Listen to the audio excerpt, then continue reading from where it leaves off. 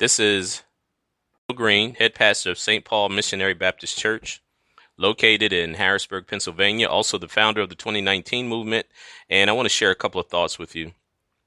You know, what we see in that's happening in America right now is one of the greatest psyops that we've ever seen. And for those of you who may not know, a psyop is a psychological operation, also known as social engineering. And social engineering is when the powers that be use narratives or paint a picture in a way that helps us to move um, the mindset of the public as a whole in a certain way. Now, it's never 100% effective. You're always going to have dissenters, but I mean popular opinion. So they shape and they mold popular opinion through what is known as social engineering, also as psychological operations, are when they have certain issues or situations that they use to frame a narrative.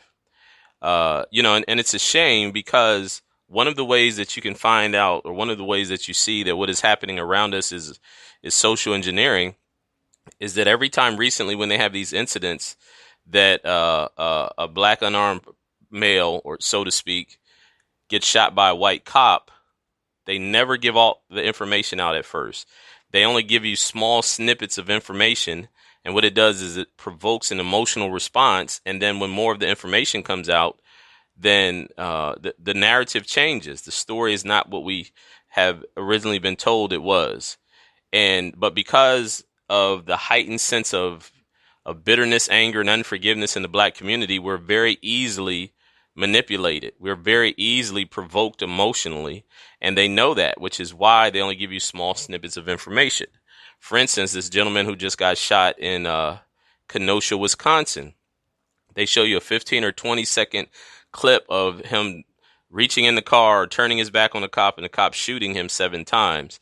Now, I'm not suggesting, that he should have gotten shot 7 times per se.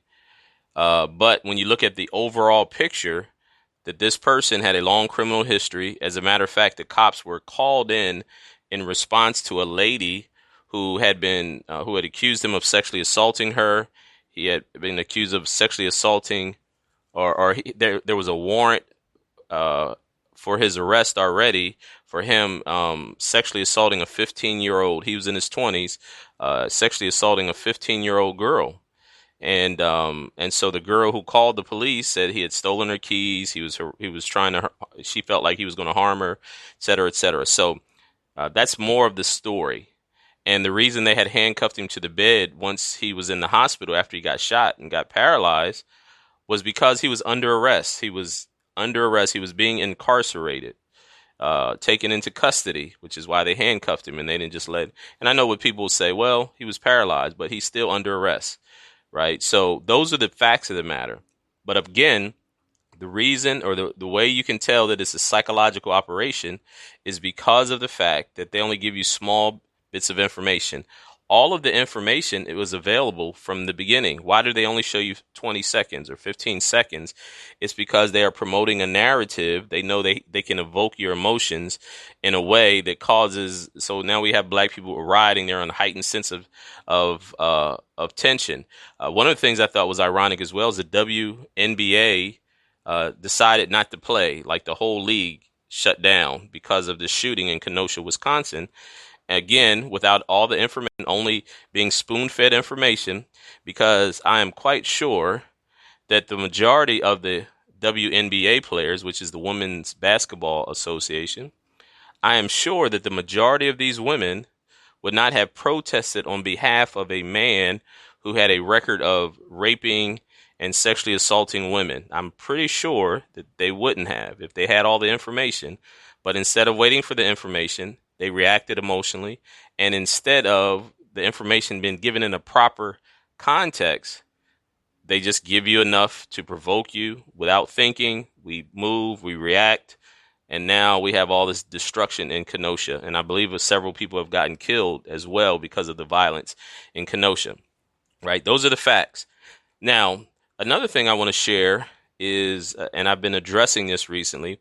I hear this term. I heard LeBron James said it. I heard a couple other people say it. black people say we are literally getting gunned down or hunted down by the white police officers.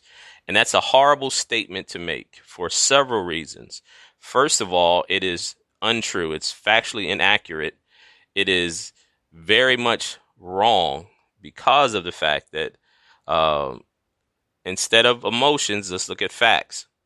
2019, one of the numbers I got was 9. I heard another number that said maybe 13 unarmed black people got uh, killed by police officers. 9, maybe 13, right? That's from like the Department of Justice, or it's a statistic that is being calculated by the people that calculate those numbers, an official organization, right? Whether it's the Department of Justice or Crime and Punishment or whatever the case may be. But so let's pull back the emotions for a second. Let's look at things logically and rationally, because if you look at it from an emotional lens, you're always easily manipulated. You will always be easily manipulated, right? That's what social engineering does.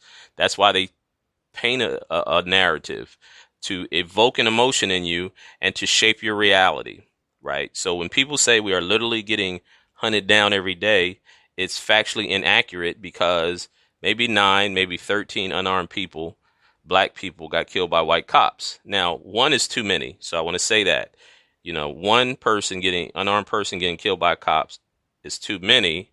But when you talk about 9 to 13 in a population of 40 million, that is less than 1/10 of 1%. So that's not even 1%. That's a tenth of 1% of the population. No, let me rephrase that. That's 1/10 of 1% of those who got killed.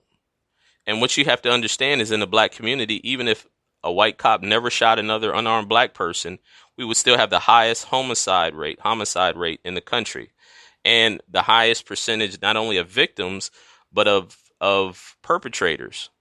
So if we really want to put our energy to the real, to really affect change, instead of focusing 90% of our energy directed at white cops shooting black unarmed people, we should look at the larger uh,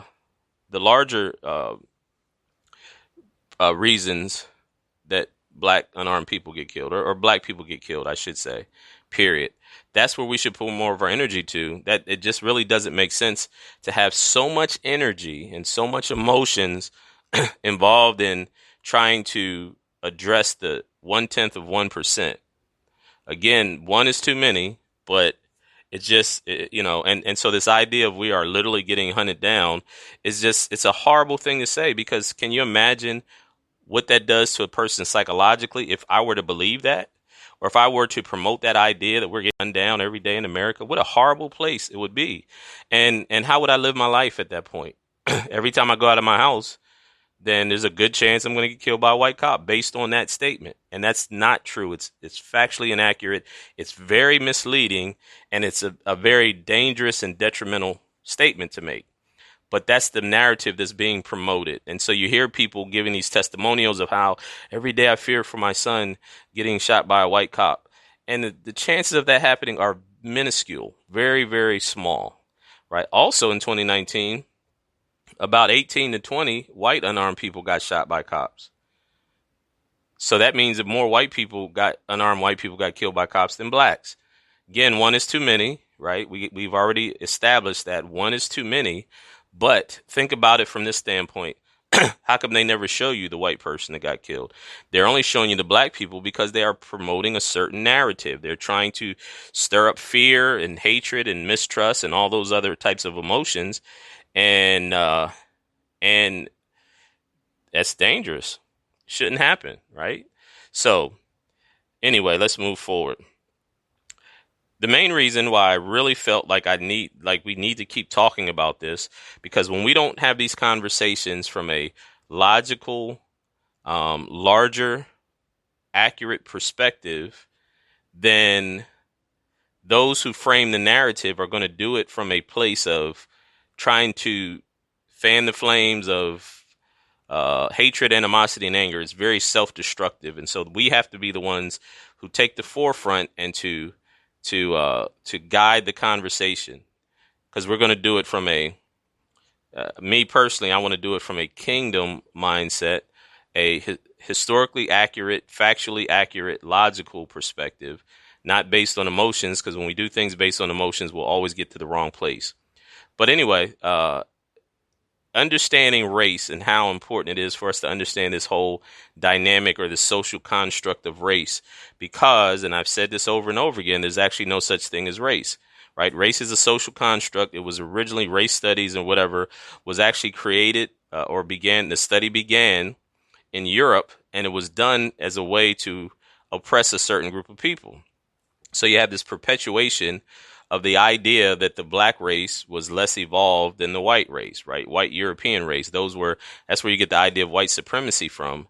So they came up with this idea that black people were inferior. They were genetically inferior, which gave a certain group of people the ability to own slaves. Because if the public at large believes that black people are less human or less evolved, then there's not this big outcry against enslaving black people. But let me take it a step further, because now I hear a lot of people saying, black people can't get along and all these other negative stereotypes. But when you begin to look at this false narrative of race, you can give a misleading narrative, because Africa is a continent made up of many nations. Last I heard, I think it's about 60 something nations in Africa.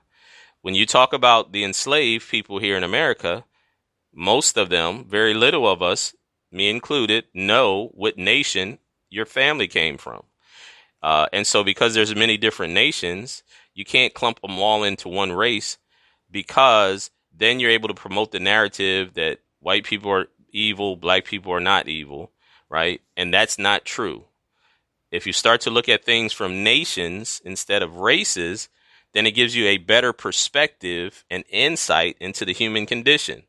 Because, for instance, in Europe, most white people don't just say they're white. Most white people will tell you, my family's from Italy, my family's from France, my family's from England, my family's from Germany, et cetera, right? And when you look at the larger historical perspective, nations have always fought against each other. So like World War I and World War II, you had Germany going and invading other European countries, right? So we didn't have this idea of white people are fighting against each other. It was Germany, Austria, France, Italy, all these various nations that were at war with each other. So nation against nation, as the Bible tells us. If you look at Asia, the same thing. Asians don't consider themselves as kind of a monolithic race, right? If you go to a Japanese person and you call them Chinese, they may get offended because they're not the same thing. And they've always been, well, not always, but they've been at war with each other for many centuries. If you go to a Vietnamese or Korean or Filipino, or all these are considered Asians, but they don't see themselves as one monolithic race. They have separated themselves by nations, or they're separated, I should say, to categorize them by nations. And these nations have always been at war with each other, because that's the human condition of sin, the fallen nature of humanity. We always have fought against each other. The first murder was Cain killed his brother Abel, right? So we got to get out of this mindset, because as long as we continue in that mindset, we always be manipulated, because of the fact that it's not white versus black. White people aren't evil and black people aren't whatever category you want to put them in. There's degrees, there's variations, there's individuals. So you have good, bad, and ugly in every single what they designated as race, right? During the Civil Rights Movement, during the Civil War, during the abolitionist movement, if it weren't for white people, and I'm using air quotes, helping out the cause, slavery wouldn't have been abolished, civil rights wouldn't have been passed, we wouldn't have all the things that we do, because you had people of different ethnicities that also was against the institution of slavery, and so they fought against it as well. So we have to take things into a different perspective. And by the same token, this whole idea that all black people, we can't get along with each other. How about the fact that I'm sure that there's many various nations that is represented when you look in the black community. All of us didn't come from one country, came from various countries. And so because of that, the same narrative of race, of nation fighting against nation is always the case. If you look at Hispanics, right? Latinos, whatever you want to call them, whatever they describe themselves as. They don't all look at themselves as we're just one big group of people, right? Mexicans and Puerto Ricans don't consider themselves the same, right? Cubans, people from Peru, people from Venezuela, people from any of these nations, they look at themselves as individual nations represented. They may all happen to be Latino, but they are different people. And again, you still have infighting amongst the nations because that's what happens. When you look at the fact that in the human condition, most people die by the hands of people that come from what we would designate as the same race, right? It's just the nature of man. It's the nature of sin. But because we're allowing them to promote this idea of race and racism, we're being manipulated, right? We're being socially engineered to the place that we really want to.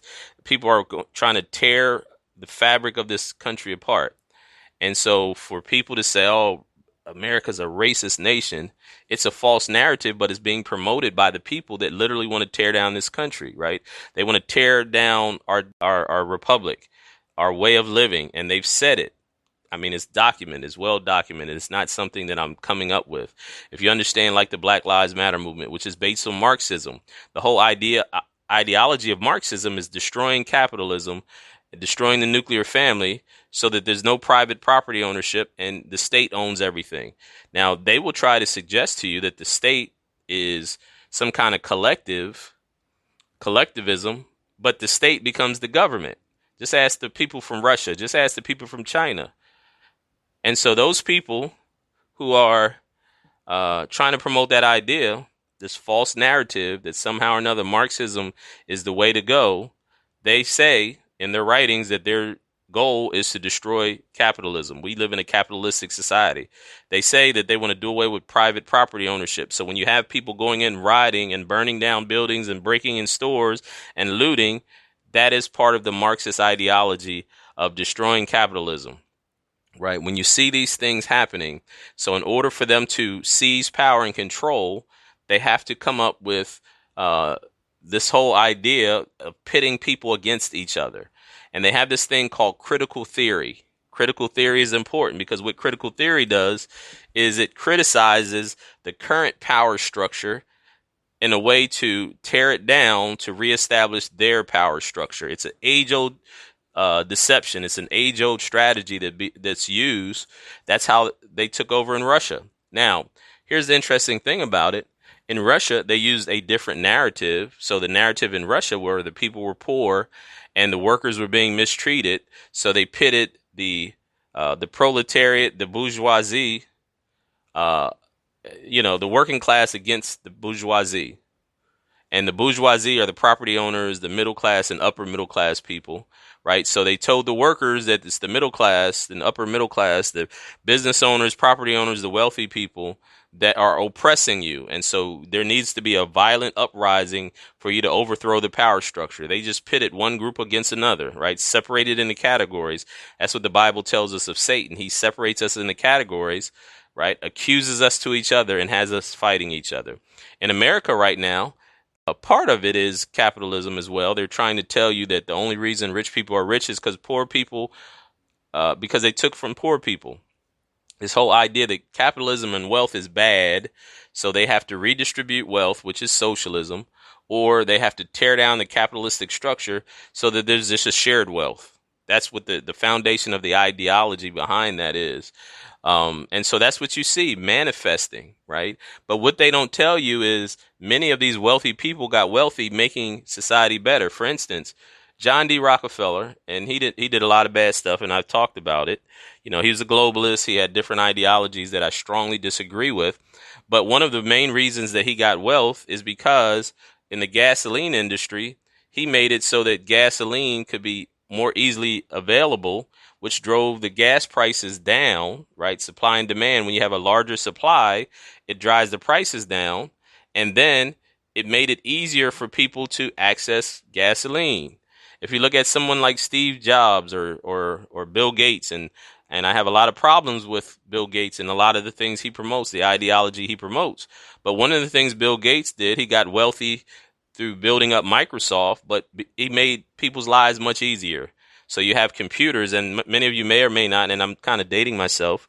I remember growing up in the 70s, being in school, not having computers, right? It wasn't until the late 80s that or I should say the 80s, not the late 80s, but it wasn't until the 80s when personal home computers became available. And that was primarily Apple really started to promote that. And then you had IBM and Microsoft came in and and gave an operating system that made the computers easier to talk to each other. Because I remember a time, maybe 20, 25 years ago, if you sent someone an email, they may not be able to open the file because there was different operating systems. They couldn't communicate with each other. So these people got wealthy, but it made life easier, right? The industrial age and all these other type of things. So anyway, let me get back on track. But I'm saying all this to say we have to be mindful of what is happening around us, not fall victim to the narrative. And one of the main ways, and I'm going to bring this to a close, is that they've always done is they've used the media. They've used mainstream media in order to promote the narrative that socially engineers the society, that gets people to follow the directive. And so they already know where they want to take you. So they create the narrative that helps to drive you there. And why is that? That is because in the beginning of the 20th century, when you had these violent revolutions, the Russian Bolshevik Revolution, in the mid 20th century, you had the Chinese communist takeover. You had these various Italian Mussolini, you had these dictatorships and monarchies. You have even France, the French Revolution and everything. You had these people with these Marxist ideologies that basically overthrew governmental systems by using the same strategy that we're talking about. They always used media. Now, they didn't have television and radio back in they had radio, but they didn't have television or the internet at the beginning of the 20th century. But what they did use, they used what they had. So they did have radio in the early part of the 20th century. But mainly they used media as far as print media, posters, newspapers, and those type of things. Same thing to promote false narratives that stoked the emotions of the people and got the people to go into the direction that they wanted them to. And ultimately what they did was they overthrew the power structure that was in place by criticizing it, by separating people, by having them fight. But then every single time that happened, this Marxist ideology, when it comes full force, it makes the life of the people 10 times worse than before. I promise you that most of those people that after the Bolshevik Revolution, they would have traded their old system back in a heartbeat. I'm pretty sure that most of the communists, except for the ruling class, the people at the top of the food chain, I'm sure that most of the people would trade back to their old system before communism took over, because of the fact that it made their life much worse. Because they weren't self-determinant anymore. It meant they couldn't go out and just try to work hard and save money and make right choices and try to change their lot in life. It was predestinated where you would live, what you would eat, all those type of things, where you work, all those things. It takes away your personal individual freedom, which stifles the human spirit and ultimately leads to a situation that's much worse than before. This has been Joe Green, head pastor of St. Paul Missionary Baptist Church in Harrisburg, Pennsylvania, also the founder of the 2019 movement. Until next time, peace and blessings to you. Shalom, shalom.